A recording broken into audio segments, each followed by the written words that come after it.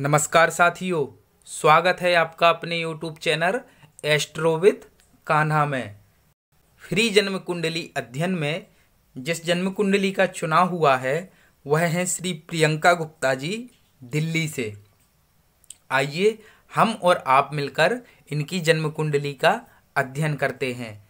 पहले इनकी जन्म तिथि नोट कर लीजिए, 9 जुलाई सन 1990। जन्म का समय है शाम 5:40 और जन्म स्थान नई दिल्ली। आइए मिलकर इनकी जन्म कुंडली का अध्ययन करते हैं। धनु लग्न की इनकी कुंडली बनती है। ज्योतिष शास्त्र के अनुसार धनु लग्न में उत्पन्न हुआ व्यक्ति साहसी, मेहनती तथा कुछ न कुछ कार्य में लगा रहने वाला होता है। अर्थात ऐसा व्यक्ति निठल्ला नहीं बैठता, कोई ना कोई कार्य अवश्य करता रहता है। परंतु इनकी राशि है मकर, और मकर राशि का स्वभाव कैसा होता है कि मकर राशि का व्यक्ति ज़्यादातर आलसी होता है, घूमने फिरने का शौकीन होता है। अर्थात लग्न और राशि में ही सामंजस्यता नहीं है। ऐसे व्यक्ति की ज़्यादातर जो लड़ाई होती है वह बाहर से ज़्यादा अंदर से अपने आप से हो जाती है। धनु लग्न की इनकी कुंडली बनी और राशि बनती है इनकी मकर। लग्नेश जो कि बनते हैं देवगुरु बृहस्पति, सप्तम भाव में अस्त होकर विराजमान है। साथियों, इन्होंने जो प्रश्न किया है इनका केवल एक ही प्रश्न है, शादी से संबंधित। अर्थात इनकी शादी नहीं हो रही है और ये चाहती हैं कि कब इनकी शादी हो जाए, यही इनका प्रश्न है। और इसके अलावा इन्होंने कुछ पूछा नहीं है।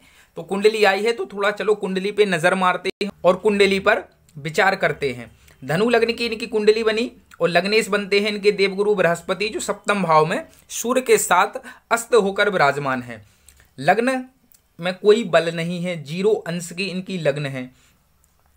और साथ ही साथ चंद्रमा के साथ राहु विराजमान है, जो कि कुंडली में ग्रहण दोष लगा रहे हैं। और जैसे कि मैंने बताया, राशि में और लग्न में भी सामंजस्यता नहीं है।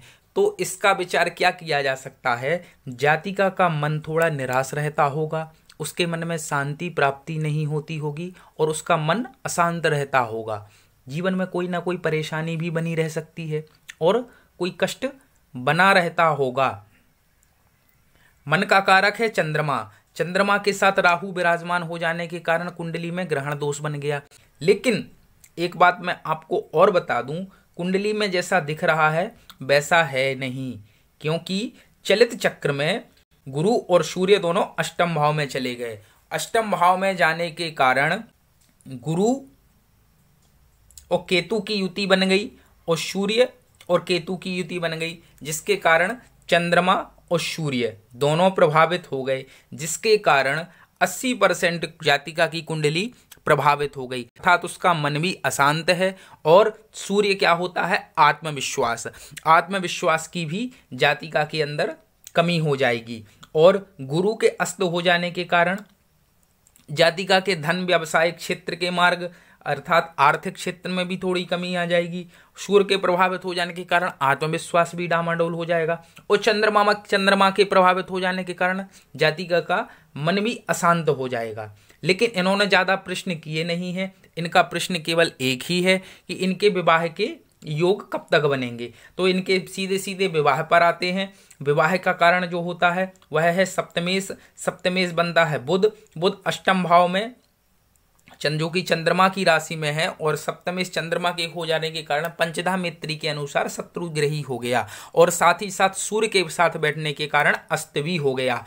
तो सप्तमेश का अस्त हो जाना और साथ ही साथ देवगुरु बृहस्पति का भी अस्त हो जाना, यही कारण है कि जातिका के विवाह में लगातार विलंब हो रहा है और विवाह के योग नहीं बन पा रहे हैं।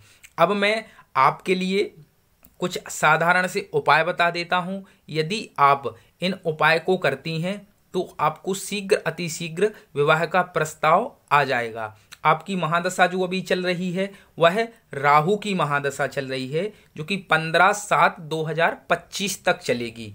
और ऐसी परिस्थिति में आपके जो भी कार्य होने हैं वो राहु की महादशा में ही होनी है। क्यों? क्योंकि आपका जो विवाह का समय आएगा, जो भी विवाह का योग आएगा, वो इसी योग में आएगा।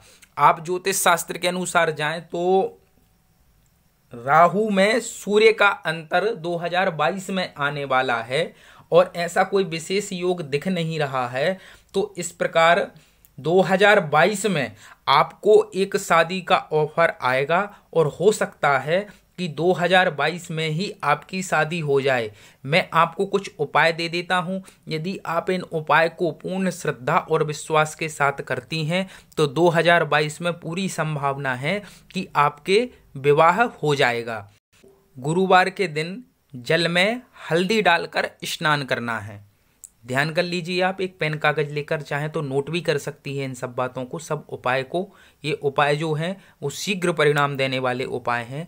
आपको नित्य प्रतिदिन सबसे पहला काम क्या करना है कि गुरुवार के दिन जब आप स्नान करती हैं तो आप जिस बाल्टी से स्नान करती हैं उस बाल्टी में एक चुटकी थोड़ी सी हल्दी डाल लेनी है और हल्दी डालकर ही उस जल से स्नान करना है। दूसरा, आपको गुरुवार का व्रत धारण करना है। और तीसरा जो है, आपको किसी शिव मंदिर में जाकर दीप दान करना है और नित्य प्रतिदिन हो सके तो शिवलिंग की पूजा कीजिए, शिव जी की आराधना कीजिए, जिससे आपके मन को भी शांति प्राप्ति होगी और आपका जो चंद्रमा प्रभावित हो रहा है वह चंद्रमा को भी बल मिलेगा। और रामचरितमानस में से शिव पार्वती के विवाह का जो प्रसंग है वह प्रसंग आपको शिव मंदिर में जाकर उसका पाठ करना है और हो सके तो प्रदोष का भी व्रत धारण करें। यह सारे उपाय यदि आप विश्वास और श्रद्धा के साथ करती हैं तो 2022 में आपके विवाह के योग बन जाएंगे।